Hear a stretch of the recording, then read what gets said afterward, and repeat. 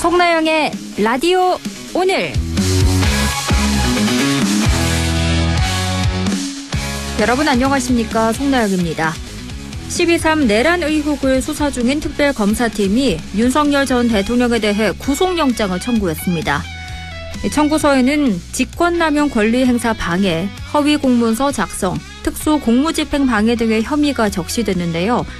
특검팀은 윤 전 대통령이 위법한 계엄을 선포해 국무위원들의 심의권 행사를 방해했고 계엄을 적법한 것처럼 보이도록 사후 계엄 선포문 작성에 관여하는 등 죄질이 무겁다고 밝혔습니다.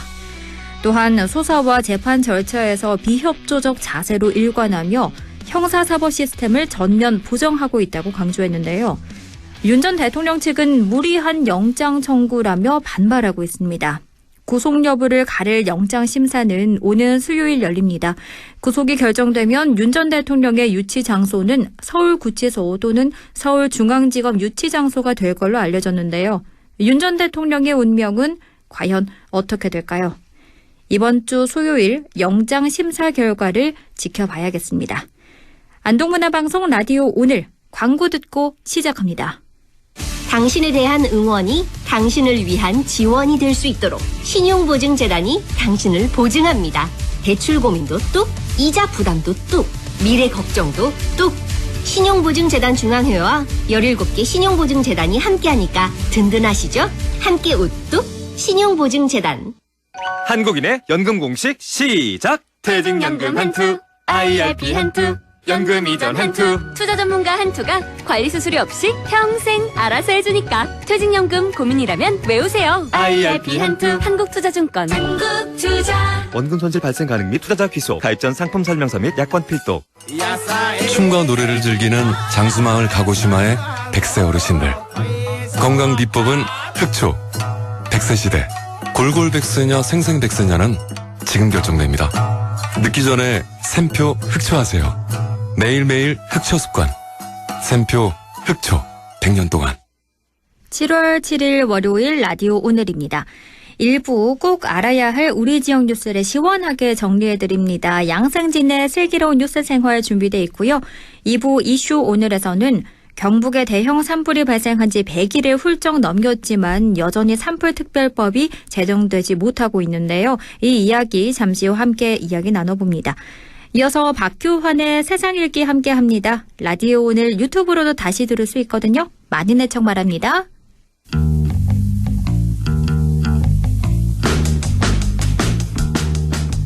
슬기로운 뉴스 생활 시작합니다. 짧아도 너무 짧았던 장마가 가시고 나니 최고 기온이 35도에 육박하는 폭염이 연일 이어지고 있습니다. 불볕 더위라는 말이 딱 맞는 것 같은데요. 올해 유독 짧았던 장마의 이유와 농촌 지역이 많은 경북 북부권 특성상 여름철 온열 질환을 대비하기 위한 각 지자체 준비에 대해 살펴보겠습니다.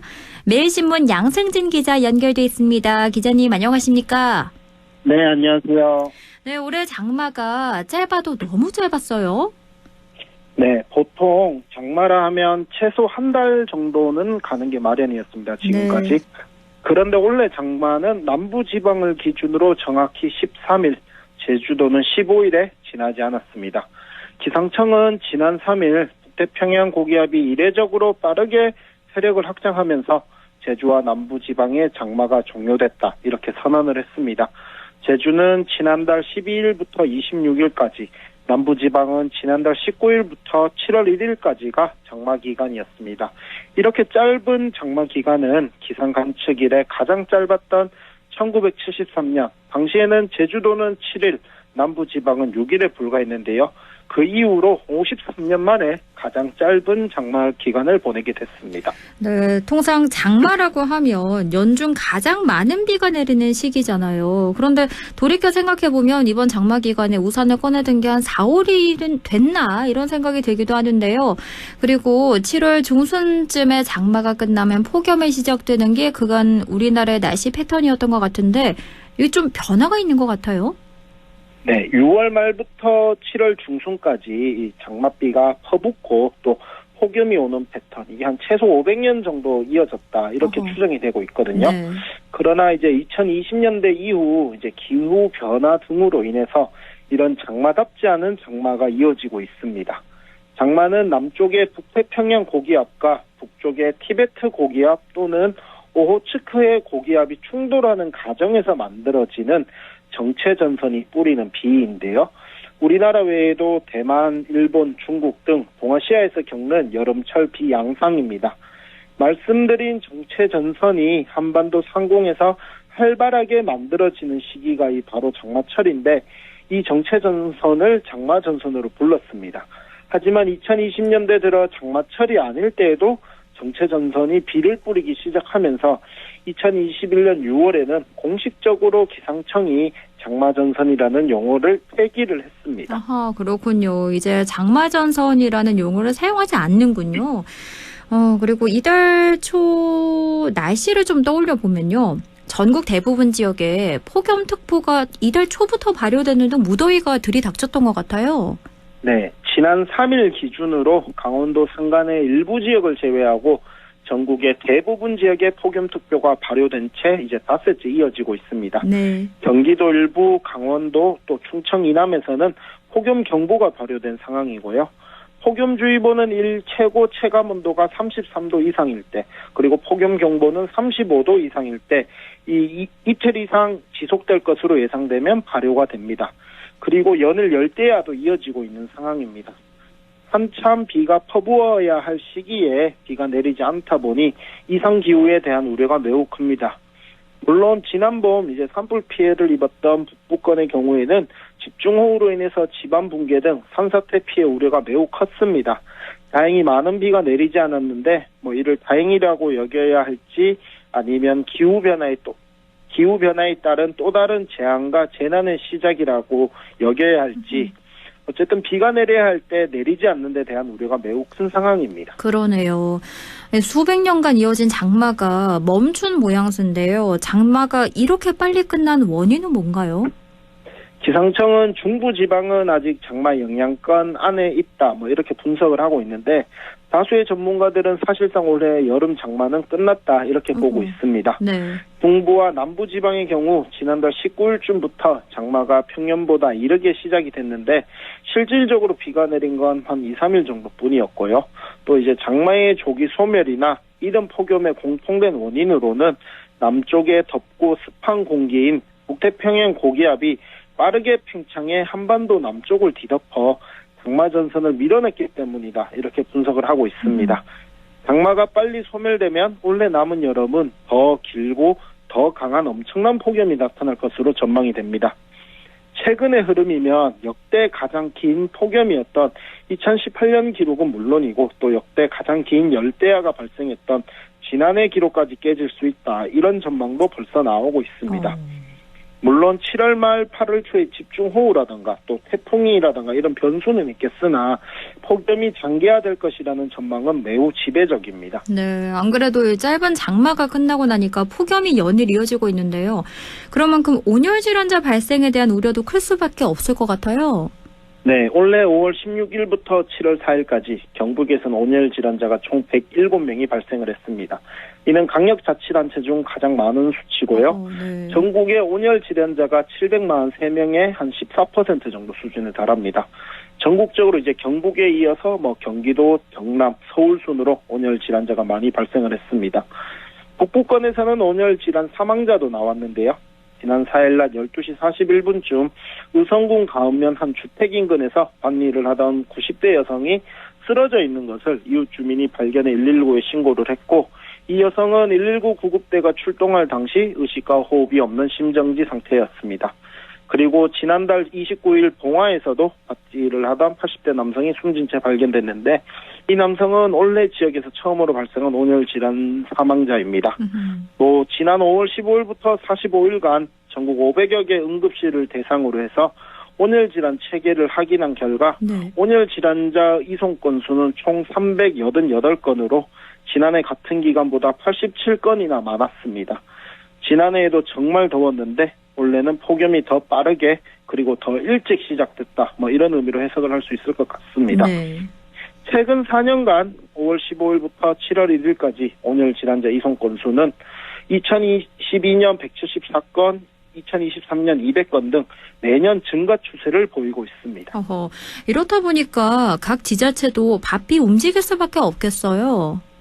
네, 경상북도는 폭염 대응을 위한 전담 TF팀을 상시 가동하고 또 폭염 경보라든가 폭염주의보와 같은 기상특보가 발령되는 즉시 비상근무 체제를 유지를 하고 있습니다.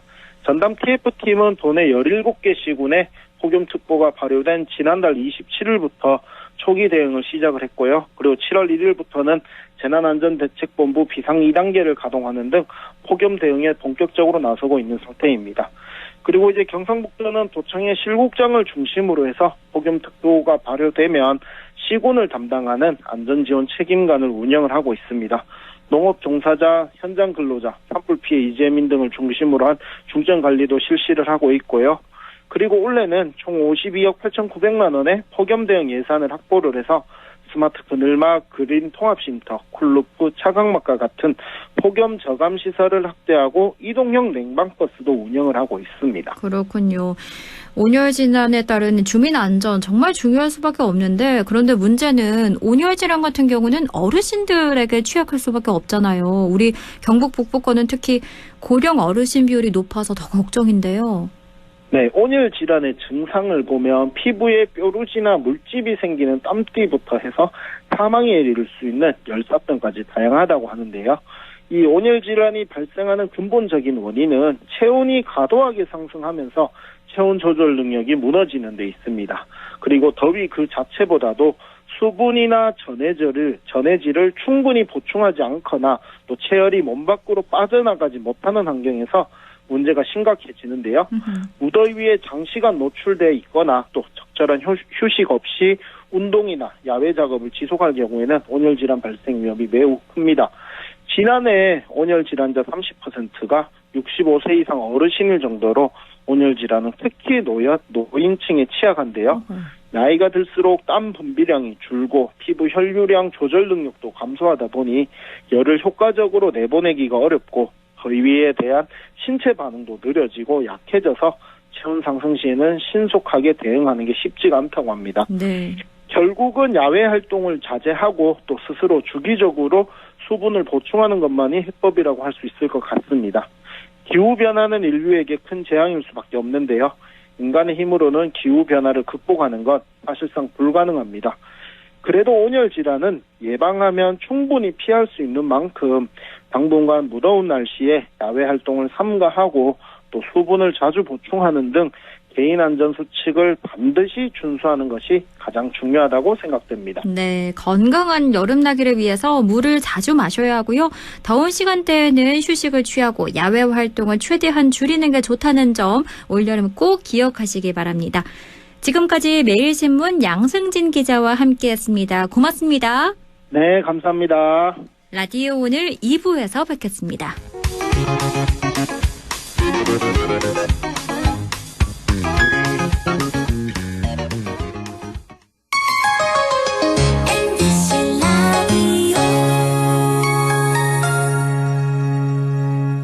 아, 땡긴다 땡겨.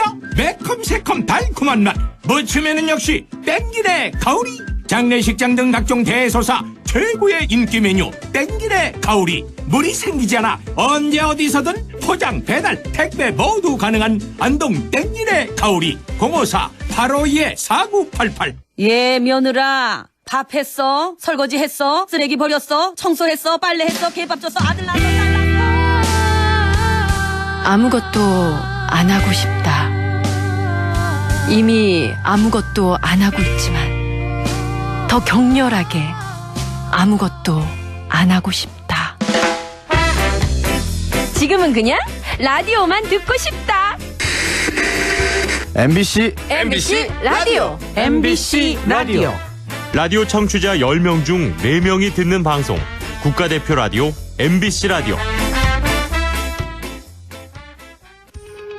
오늘도 안전하게 음주운전 예방수칙 알려드립니다. 첫 번째, 술자리가 예정된 경우 미리 귀가 방법을 정하고 차는 가져가지 않는 것이 안전합니다. 두 번째, 음주 후 자전거나 전동 킥보드를 이용하는 것도 음주운전 처벌 대상에 포함됩니다. 세 번째, 과음을 한 다음 날에는 대중교통을 이용해 주세요. 숙취 음주운전 역시 처벌 대상입니다. 네 번째, 음주운전을 방조하는 경우에도 3년 이하의 징역형 또는 1,000만 원 이하의 벌금형에 처해질 수 있습니다. 적극적으로 말려주세요. 위험한 음주운전 미리 예방하여 소중한 생명을 지켜주세요.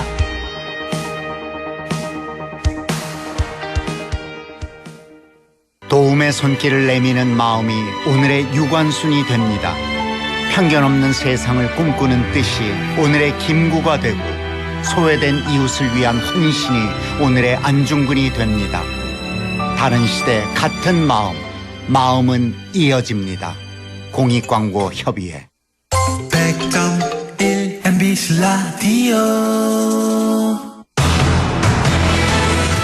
6시 21분 6초 지나고 있네요. 이슈 오늘입니다.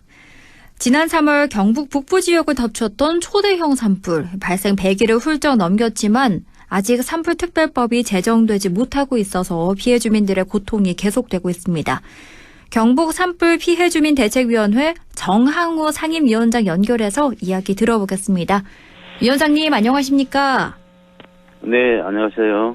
네, 지난 1일이었죠. 산불 피해 주민들이 서울로 올라가서 국회 앞에서 직접 찾아가 집회를 열었습니다. 우선 어떤 이유로 집회가 열렸는지 구체적으로 설명부터 해주실까요? 지난 3월 20일 의성에서부터 발생한 산불이 경북 5개 시군을 삼켜버렸습니다. 네. 그래 벌써 그게 지난 지 100일하고도 일주일이 넘었네요, 지금. 그래 지금까지 재난 및 안전관리 기본법을 통해 가지고 일정 부분 피해 보상이 이루어지고 있으나 지금 해당 법령만으로는 주민들의 일상을 회복하기에 턱없이 부족한 것이 현실입니다.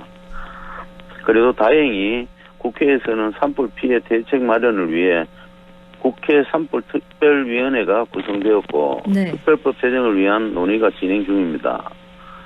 그러나 6월 3일 대선 등 정치 일정으로 인해 법안 논의가 지연되면서 피해 주민들의 마음은 점점 더 간절해지고 있습니다. 네. 이에 저희는 특별법 제정에 대한 피해 주민들의 절박한 염원과 하나된 뜻을 국회에 직접 전달하고자 국회 앞에서 집회를 열게 되었고요. 하루빨리 특별법이 제정되어 실질적인 복구와 회복이 이루어지길 간절히 바라고 있습니다. 그런 간절한 마음으로 정말 많은 사람들이 모였다고 들었는데요. 집회에는 당시 몇 분 정도가 함께한 건가요? 한 1,000분 가까이 됩니다. 정말 많이 모였네요. 그런데 지난주라면 또 날씨도 굉장히 더웠을 것 같은데 더위 때문에 집회 진행에 어려움은 없었나요? 더위는 있었지만 네. 짧게 저희들이 1시간 20분 정도 가졌기 때문에 큰 사고 없이 잘 마무리된 것 같아요. 그렇군요. 이렇게 산불 피해 주민들의 고통이 갈수록 더해져만 가고 있는 것 같은데요. 현재 피해 주민들의 실제 생활 상황은 어떤가요? 지금 현재 주택에 피해를 입은 주민들께서는 임시주택에 제공되어 가지고 생활을 이어가고 계십니다. 그리고 지역마다 차이는 있지만 안동의 경우는 공동주거형 임시주택 단지를 조성해 가지고 다수의 이주민들이 한 공간에서 거주하고 있는 상황이에요. 네. 빠른 주거 제공이라는 점에서 장점이 있지만은 공동생활에 따른 불편 역시 상당합니다. 그렇군요. 특히 기존 거주지에 임시주택에 설치해 일터와 숙소의 거리가 최소화하고자 했던 주민들이 좀 많았었는데 이러한 의견 수렴이 없이 급하게 추진된 측면이 있어 아쉬움이 크고요. 고령의 어르신들의 경우에는 교통수단이 없어 멀어진 임시주택 숙소에서 농사짓는 일터까지가 이동이 매우 어려운 형편이고요. 네. 또한 주민들의 실생활 여건이 충분히 고려하지 않는 행정에서 조치가 현장에서 큰 불편을 초래하고 있는 실정입니다. 이 일방적인 성과라고 자평은 하고 있지만 좀 이런 부분에 대해서 좀 안타까운 부분이 있고 네. 피해 주민들의 실제 상황과 행정의 평가는 분명히 괴리가 있으면 하루속히 현장의 목소리를 반영한 실질적인 지속 가능한 대책 마련이 필요하다고 생각돼요. 그렇군요. 그러면 피해 주민들께서 현재 가장 시급히 해결돼야 한다고 보는 부분은 어떤 점일까요? 이번 산불 피해 관련하여 가지고 현재 피해 주민들께서 가장 어렵게 느끼고 계신 부분은 법과 제도 밖에 놓인 사각지대 문제입니다. 네. 지금 경북 대체위가 서울의 집회를 진행한 가장 큰 이유 역시 특별법을 통해가 기존 재난법으로 보호받지 못했던 소외된 피해 주민들에 대한 실질적인 대책을 마련하고자 저희들이 서울 상경을 하였는 거거든요. 네. 예를 들어 가지고 일반 축산업 종사자들은 현재 지급된 보상금으로는 실질적인 복구는커녕 생계 유지가 참 어려운 상황이고요. 그래요. 그리고 임업, 특수축산, 소상공인 등은 현행 재난법의 적용 대상조차도 제외되어 있어가지고 이분들의 피해에 대한 아무런 보상을 받지 못하고 있는 실정이에요. 네. 그래서 법과 제도의 틈새에 놓인 분들이 특별법 제정을 통해 최소한의 회복과 기반을 마련하기를 간절히 기다리고 계세요. 그리고 국회에서 노력을 기울이고 계시지만 추경 편성이나 기타 임업 입법 일정 등을 인해 논의가 더 늦춰질까봐 걱정되는 주민들이 많이 계십니다. 네. 이대로 시간이 더 지체되고 한다면 생업의 기반을 완전히 잃고 삶의 회복 가능조차도 봉쇄될 수가 있는 사정이고요. 지금 가장 시급히 해결될 과제는 하루속히 특별법을 제정하여 실질적인 회복과 재기를 가능하게 하는 것입니다. 말씀해 주신 것처럼 단순히 집만 탄 게 아니라 농지부터 촉사 또 생계 기반 자체가 무너졌잖아요. 그런 만큼 현행 재난보상제도는 이런 현실을 충분히 반영하지 못하고 있는 게 현실이다. 이렇게 보시는 거죠? 이번 산불로 인해 가지고 단순히 주택만 이런 것이 아니고 농지, 축사, 임야 그리고 소상공인들도 마찬가지 생계의 근간이 되는 자산 전반에 대한 걸쳐 막대한 피해가 발생하였습니다. 네. 그래서 삶의 터전 자체가 무너졌다고 해도 과언이 아니고요. 물론 농기계 쪽에서의 농업 쪽에서는 농기계에서는 여러 차례 논의를 거쳐 기준가 상향을 해가지고 약 70% 수준까지 보상 기준이 조정된 점은 다행이라고 생각되고요. 그러나 주택, 농지, 임야 등 다른 주요 자산에 대해서는 여전히 부족함이 많아요. 지금 네. 현행 재난보상제도는 피해 규모와 성격 그리고 장기적인 생계 회복을 충분히 반영하지 못하고 있는 현실이라서 피해 주민들께서는 단기적인 지원을 넘어가지고 장기적인 복구와 재기의 기반이 마련되기를 간절히 바라고 계십니다. 네, 그렇기 때문에 더욱 산불특별법이 조속히 제정이 돼야 될 텐데요. 그러면 산불특별법 법안에는 어떤 내용이 꼭 담겨야 한다고 보십니까? 산불특별법은 단순히 법안 하나로 가지고 이야기하기는 그렇지만 무너진 생계와 삶의 기반을 다시 일으킬 수 있는 실질적인 회복의 시작점이라고 생각되거든요. 물론 그 내용은 매우 포괄적이고 방대한 범위를 아우르기 때문에 하나하나 구체적으로 말씀드리기는 어려울 것 같습니다. 네. 다만 우선적으로는 앞서 말씀드린 바와 같이 실구매가, 실건축비, 근거한 현실적인 보상체계가 꼭 마련되어야 하고 지금의 기준으로서는 복구는커녕 최소한의 생활조차 재개할 수 없는 상황이라고 볼 수 있습니다. 네. 또한 특별법이 제정되더라도 한 해의 예산의 한계가 분명히 있을 것으로 보이고요. 그러한 현실 속에서 우리 우선적으로 무엇을 해야 하는지 말씀드리고 싶습니다. 그리 피해 주민들의 당장 생계를 뒷받침하는 민생 안전 예산이 가장 먼저 집행되고 네. 산림 복구나 기반 조성과 같은 중장기적 사업들은 그 이후로 순차적으로 추진해야 된다고 생각됩니다. 피해 주민 입장에서 피력하고 싶은 거는 절실한 삶의 문제부터 우선적으로 해결해 달라는 간곡한 그날 갔을 때의 호소였습니다. 그렇군요. 그런 절실한 삶의 문제부터 우선적으로 해결해 달라고 모인 거다 이렇게 말씀해 주셨는데 예. 그런데 현재 국회에는 발의된 산불 특별 법안만 5건이나 된다는데요. 그런데 대체 왜 이렇게 늦어지고 있는 걸까요? 현재 국회에서는 산불 피해 관련 특별 법안이 여러 건 발의되어 있습니다. 네. 그만큼 국회에서도 이번 피해의 심각성을 인식하고 다양한 관점에서 해법을 마련하는 노력이 이어지고 있다는 점은 잘 알고 있습니다만은 특별법 제정이라는 것이 단기간에 처리되기 어려운 복잡한 과정이라는 점도 충분히 이해하고 있습니다. 네. 다만 그 과정 속에서 피해 주민들의 목소리가 충분히 반영되고 또 현실적인 대책이 당길 수 있도록 차근차근 제대로 논의되고 있다는 점을 지켜보며 믿고 기다리고 있어요. 이제라도 힘을 모아 실효성 있는 특별법이 마련되어 가지고 실제 피해 회복을 이어질 수 있기를 간절히 바라고 있습니다. 이렇게 특별법이 제정이 되더라도 그 이후도 정말 중요할 텐데요. 제정이 된다면 가장 시급히 추진돼야 할 과제는 뭐라고 보시는가요? 특별법이 제정된다 하더라도 그 이후의 실행이 얼마나 실효성 있게 이어져 나갈 건지가 더 중요하다고 생각되고요. 네. 그것보다도 피해 주민들의 일상 회복이 최우선의 과제라는 거 다시 한번 말씀드리고 싶고 그 과정에서 제도박 사각지대를 해소하는 문제 그리고 실거주지 중심의 임시주택이라는 우리가 지금 비교하고 있는 거기에 대한 재배치라든지 이런 걸 함께 풀어야 할 과제라고 봅니다. 네. 그 과정 중에는 피해 유형별로 실제적인 보상 기준을 마련하는 일이고요. 이를 위해서는 단순한 행정적 기준이 아니라 실제 피해를 면밀히 평가할 수 있는 전문 손해사정사의 참여가 꼭 필요하다고 생각돼요. 네. 그래야만 기존의 일률적인 보상을 체계를 넘어가지고 실구매가, 실건축비, 실소득 이런 기준에 따른 정교하고 현실적인 보상이 가능해질 수 있다고 보고 있습니다. 그렇겠네요. 전문 손해사정사가 함께 참여한다면 조금 더 정교하고 현실적으로 이 피해를 감정할 수 있다 이렇게 보이는데요.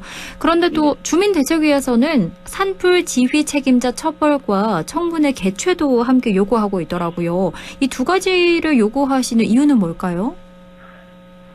그동안 많은 사고와 재난에서 우리가 반복해서 배워온 중요한 교훈 중 하나는 책임에 대한 분명한 확인과 조치가 있어야 같은 일이 되지 않는다는 점입니다. 네. 소속된 부서나 직위는 단순한 역할이 아니라 그에 상응하는 책임과 의무도 수반된다고 생각됩니다. 이번 산불 역시 많은 분들의 삶을 무너뜨린 엄중한 사안인 만큼 책임 소재에 대한 객관적인 확인이 반드시 필요하다고 생각되고요. 만약 이런 일에 대해서 아무런 평가나 조치 없이 넘어간다면 내년에도 그 다음 해에도 같은 문제가 반복될 수 있다는 우려가 큽니다. 그래서 저희가 청문회 개최와 책임자에 대한 진상규명을 요구드리는 이유는 단지 처벌을 바란다는 것이 아니라 이 일로 인하여 하나의 분명한 경고로 기능을 하여 앞으로 비슷한 재난에서 행정의 대응이 보다 철저하게 준비될 수 있도록 하기 위함이거든요. 네. 그렇군요. 그러면 끝으로 산불특별법의 조속한 제정을 위해서 마지막으로 한 말씀 해주실까요? 산불특별법의 조속한 제정을 위해서는 중앙정부와 국회의 노력뿐만 아니라 지자체의 진정성 있는 협조 역시 매우 중요하다고 생각되거든요. 네. 하지만 현실적으로는 여러 시군 행정기관들과의 소통이 원하지 않는 부분이 있고 특히 안동시 경우에는 아쉬움이 큰 게 뭐냐면 네. 실제 피해 주민들이 자발적으로 조직한 산불 피해 주민 대책위가 존재함에도 불구하고 시에서는 별도의 피해 주민을 조직하여 직접 관리하고 있는 상황입니다. 어허. 그 의도가 무엇인지에 대해서는 이 자리를 분명히 묻고 싶고요. 네. 더 나아가 안동시에는 실태 조사나 보상 관련 데이터를 수립하는 과정에서 정말 이장이나 하급 공무원 분들이 고생을 많이 하고 있지만 그 행정 내부 인력 중심으로 정보를 수집하고 있는 실정이다 보니까 자칫 주민들 간의 갈등이 유발하거나 왜곡된 정보 구조를 만들 수 있는 우려가 큽니다. 그래서 저희는 보다 객관적인 피해 평가와 공정한 보상을 위해 전문 손해 사정사를 도입을 지속적으로 주장해 왔는데요. 안동시는 이 요구에 대해 여전히 소극적이고 무응답으로 일관하고 있다는 점에서 큰 실망과 우려를 금할 수가 없습니다. 네. 그리고 진정한 복구는 단지 행정 절차로만 이루어질 수 없다고 생각됩니다. 피해 주민의 목소리를 진심으로 또 존중하고 반영하는 소통과 협력, 그것이야말로 이 법안이 살아 숨쉬게 만드는 힘이 될 것이라고 생각됩니다. 네. 이상입니다. 역사상 유례없는 규모의 산불이 발생했지만 현행 법률의 한계로 피해 복구 지원에 한계가 있는 상태인데요. 조속히 특별법이 제정돼서 지역 주민들에게 와닿는 보상과 섬세한 지원이 이루어지길 함께 바라보겠습니다. 오늘 말씀 잘 들었습니다. 고맙습니다. 예, 감사합니다. 지금까지 경북 산불 피해 주민 대책위원회 정항우 상임위원장과 이야기 나눴습니다.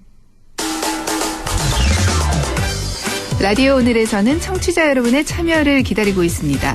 우리 지역에서 발생한 사건 사고 소식이나 함께 토론하고 싶은 내용을 안동 MBC 홈페이지 라디오 오늘 게시판에 올려주시기 바랍니다. 전화와 문자 참여도 하실 수 있습니다. 전화는 851국에 7191번, 문자는 샵 0913번으로 보내주시면 됩니다. 문자는 단문 50원, 장문 100원의 정보 이용료가 있습니다. 여러분의 많은 참여 바랍니다.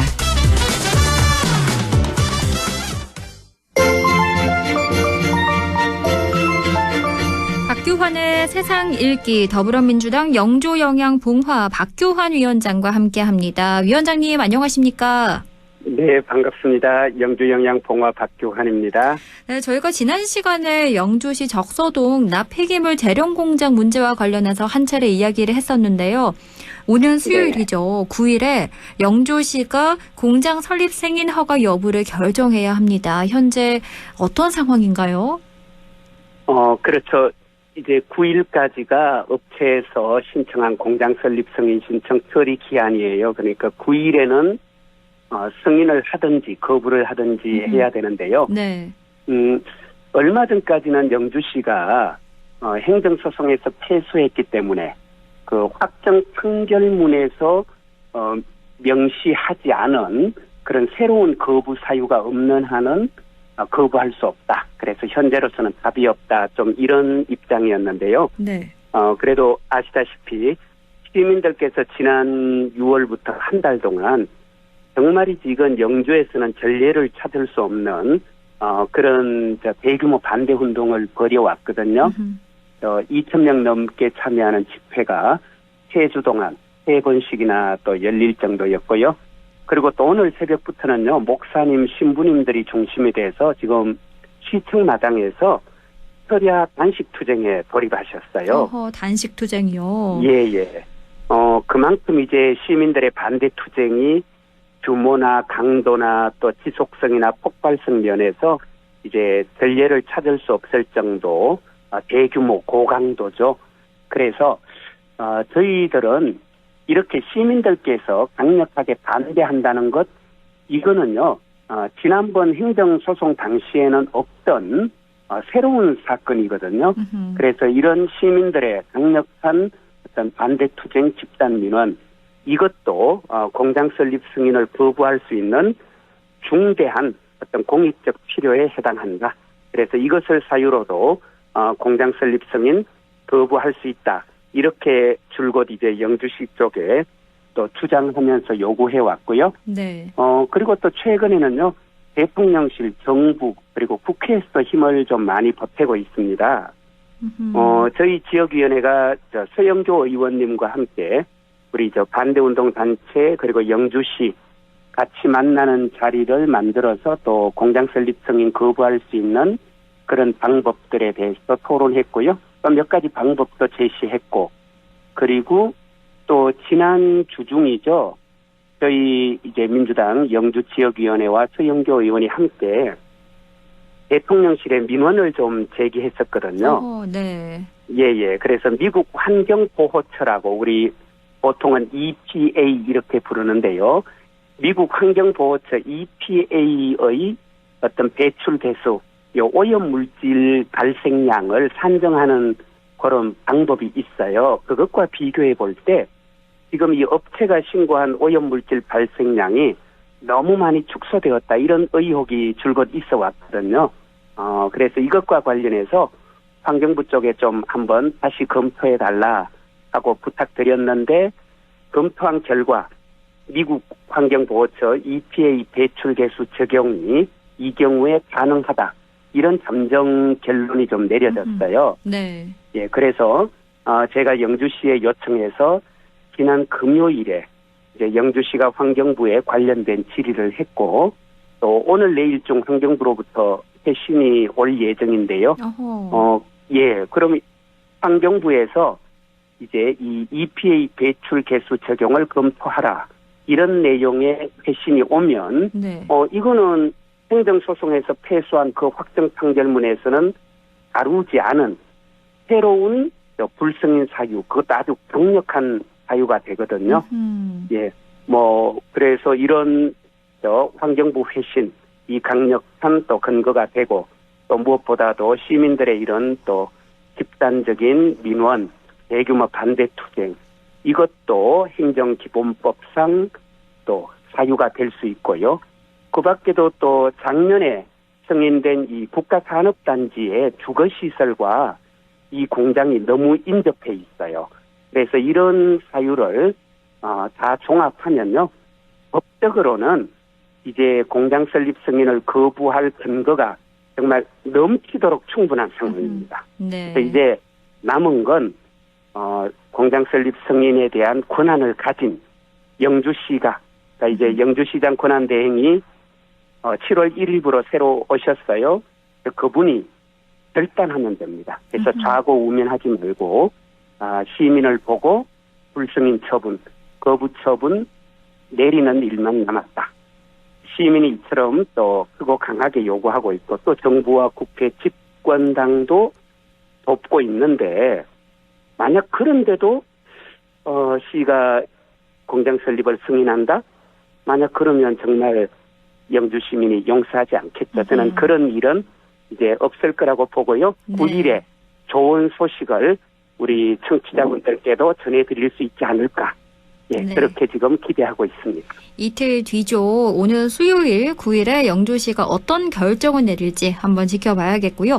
그리고 네네. 저희 국내 정치 얘기로 좀 들어가 볼게요. 윤석열 전 대통령이 그제 조사를 받았고요.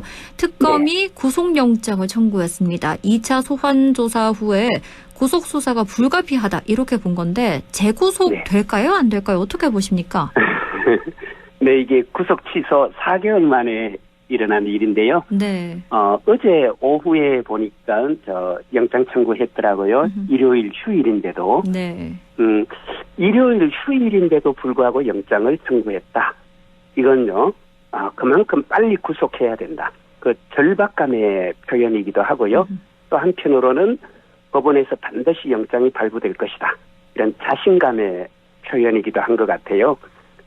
그래서 저는 아마 이번에 틀림없이 이제 구속될 것 같습니다. 아마 우리 청취자 여러분께서도 다 기억하실 것 같은데, 거기, 공수처의 체포영장 집행 과정을, 경호처를 마치 사병처럼 동원해서 방해한 거라든가, 그리고 또 비화폰, 보안 휴대폰, 통화했던 내용 삭제하도록 지시한 것. 이런 게 이제 전부 특수공무집행방해, 대통령 경호법 위반, 또 직권남용 권리행사방해, 이제 이런 내용들이 쭉 적용되는데요. 제가 한 가지 요번에 영장 청구 사유 보면서 재밌었던 건요. 네. 이제 윤석열 대통령, 이제, 그때는 아직 대통령이었죠. 계엄 선포문에 그 대통령과 국무총리와 관계 국무위원, 그러니까 국방장관의 서명이 없었기 때문에 이걸 나중에 사후에 따로 작성한 거라든가, 그리고 방첩사령관한 배치시에서 비화폰 통화 내역을 삭제한 거, 요거는요, 그 자체가 허위 공문서 작성이라든가, 또 이런 직권남용이라든가 이런 범죄 행위도 되지만, 사실은 이게 범행을, 그 증거를 인멸하기 위한 범행이었단 말이에요. 그렇기 때문에 사실 구속 사유의 제일 큰 게 증거인멸이잖아요. 네. 지금 윤석열 대통령이 꾸준히 자신이 내란에 연루되어 있다, 내란의 주모자 수괴다라는 것을 좀 감추기 위해서 계엄 선포가 합법적으로 이루어졌다. 그렇게 사후에 조작하려고 허위 공문서를 만들고 비화폰 통화 내역을 삭제하도록 지시하고 이렇게 이미 증거를 인멸하기 위한 범행을 저지른 게 너무나 명백하기 때문에 앞으로도 계속해서 증거인멸에 염려가 있다. 그래서 저는 반드시 법원에서 영장이 발부될 거라고 그렇게 지금 전망을 하고 있습니다. 내란 특검팀이 66쪽짜리 구속영장 청구서에서 16페이지를 윤 전 대통령이 왜 다시 구속돼야 하는가 이걸 썼더라고요. 그런데 제가 놀랬던 게 외환 혐의가 제외되더라고요. 이게 추가될 줄 알았는데 빠진 이유는 뭐라고 보십니까? 그래서요 외환 혐의에 대해서는요. 네. 지금 내용인적성 그거잖아요. 저 윤석열 대통령이 비상계엄 선포의 명분을 쌓으려고 이제 드론 작전 사령부에 지시를 내려서 평양에 그 드론 무인기 투입을 지시하고 그리고 심지어 그 무인기를 일부러 발각되게끔 만들고 발각되면 또 북쪽에서 그것에 대해서 대응해서 이쪽으로 남쪽에 포격을 한다든가 군사적 대응을 하면 그걸 핑계 삼아서 말 그대로 국지전 전쟁을 일으키고 그리고 비상계엄 선포하고 정적 제거하고 이제 이런 구상을 했다는 건데요. 네. 지금까지 군 내부 정원이 상당히 많이 조사가 돼 있는 것 같긴 합니다. 그런데 아직도 여러모로 지금 조사가 좀 진행되고 있어서 이제 조사할 양이 너무 많아서 이번에는 범죄 사실에 포함하지 않았다라고 일단 특검 쪽에서는 그렇게 발표했는데요. 네. 저는 이제 양이 많고 아직 조사가 덜 된 부분도 있겠고요. 그리고 이번에는 이 직권남용이라든가 허위 공문서, 국무회의 하고 난 다음에 무슨 회의록 없었던 것을 또 사후에 만들었다든가 그리고 그걸 다시 또 폐기했다든가 이런 것으로도 충분히 구속 가능하기 때문에 조금은 어떻게 보면 국민들께서 보시기에는 약간 자잘해 보이는 내란 외환이 워낙 크기 때문에 이 정도 범죄 행위는 좀 자잘하게까지 느껴지는데요. 일단 그런 것으로 먼저 적용해서 재구속해놓고 그리고 외환에 대해서는 좀 더 본격적으로 수사해서 전모를 또 국민들 앞에 내놓지 않을까 좀 그렇게 생각하고 있습니다. 네. 그럼 저희가 다음으로는 민생회복 소비 쿠폰 얘기를 좀 해볼게요. 이재명 정부가 오는 21일부터 1인당 최대 55만 원의 소비 쿠폰을 지급하기로 했습니다. 9월에도 2차 쿠폰이 예정돼 있는데 민생회복 소비 쿠폰이 제 역할을 잘할 수 있을까요? 어떻게 보십니까? 아시다시피 지금 우리 민생이 너무 어렵고요. 특히 이제 소상공인들이 정말 어렵죠. 그래서 이 소상공인들이 다시 좀 활력을 얻을 수 있도록 소비를 진작하는 거라든가 내수를 활성화하는 것, 자영업자 매출 좀 확대할 수 있도록 해주는 이게 정말로 우리 경제 의존은 중요한 마중물이 될 거라고 보고요. 네. 또 하나는 실제로요. 15만 원, 20만 원도 정말 절박하게 필요한 그런 분들도 많이 있고요. 그리고 실제로 당장 생존의 어떤 위협까지는 아니라 할지라도 조금은 이제 인간다운 그런 생활할 수 있는 소비 여력이 너무나 부족한 분들이 많아요. 그래서 그분들에게는 저는 이번에 이 민생 쿠폰이 정말 그 절박함에서 좀 벗어날 수 있게 해주는 저는 그런 어떻게 보면 좀 인간 존엄성을 담보해주는 저는 그런 역할도 할 것이라고 보고 말씀하신 대로 이런 자영업 활성화라든가 매출 확대 또 소비 진작 을 통해서 뭔가 이 내수시장 활력을 좀 회복하는 데는 저는 크게 기여할 것이다. 그리고 이런 건 이미 지난번 코로나 때 그런 민생회복 지원금의 역할 이런 걸 통해서 상당 부분 저는 긍정된 측면이 있기 때문에 저는 매우 큰 역할을 해줄 것이다. 그리고 네. 아시다시피 이제 이재명 정부 들어서면서 전체적으로 뭐 해외 신인도도 올라가고 주식 시장도 조금씩 나아지고 있고 주가 3천 돌파하고 뭔가 전체적으로 조금 회복되는 기운이 있잖아요. 약간씩 네. 성장세도 회복하는데 저는 이 타이밍에 바로 이 소비 쿠폰이 곁들여지면은 이런 회복세, 성장세를 훨씬 더 빠르게 가져갈 수 있을 것이다. 그렇게 기대하고 있습니다. 네, 저희가 2분 정도 남았는데요. 민주당 네. 전당대회 얘기 좀 들어볼게요. 현재 네. 당내 분위기 어떤가요? 뭐 당내 분위기는 큰 틀에서는요. 뭐 사실은 누가 되어도 다 훌륭한 분이다. 뭐 큰 상관없다. 대세에 지장 없다. 좀 이런 분위기가 있긴 한데요. 네. 그럼에도 불구하고 어쨌든 또 선거잖아요. 그러니까 정청래 그렇죠. 의원을 지지하시는 분들과 또 박찬대 의원을 지지하는 분들 사이에 서로 이제 좀 이런 점에서 이분이 낫다, 저런 점에서 저분이 낫다 하는 요즘은 이제 좀 그런 공방 이 좀 많이 오가고 있습니다. 저희 내부에서는. 네. 예. 근데 아직 큰 틀에서는 워낙 이제 정청래 의원이 어떻게 보면 이재명 대통령을 정점으로 해서 이제 전임 수석 최고가 정청래 의원이었고 현 수석이 김민석 의원이었어요. 그러니까 이제 김민석 의원이 정부를 맡으니 이제 좀 정청래 의원이 당을 맡고 그래서 이렇게 삼각형이 그려지는 것이 좀 가장 과거에 우리 당원들에게는 좀 익숙한 그림이 아닌가. 그래서 아무래도 정청래 의원이 좀 더 뭐라 그럴까요? 앞서 있는 선발주자? 예, 이런 느낌이고요. 이제 거기에 지금 박찬대 의원께서 열심히 또 추격하고 있는 그런 양상인 것 같습니다. 네. 정청래 의원과 박찬대 의원이 민주당 대표 자리를 두고 경쟁 중인데요. 민주당 전당대회가 한 달도 채 남지 않았으니까요. 어떻게 흘러갈지 네. 함께 지켜봐야겠습니다. 네네. 오늘 고맙습니다. 말씀 잘 들었습니다. 감사합니다. 네, 고맙습니다. 지금까지 더불어민주당 영주 영양 봉화 박규환 지역위원장과 함께했습니다.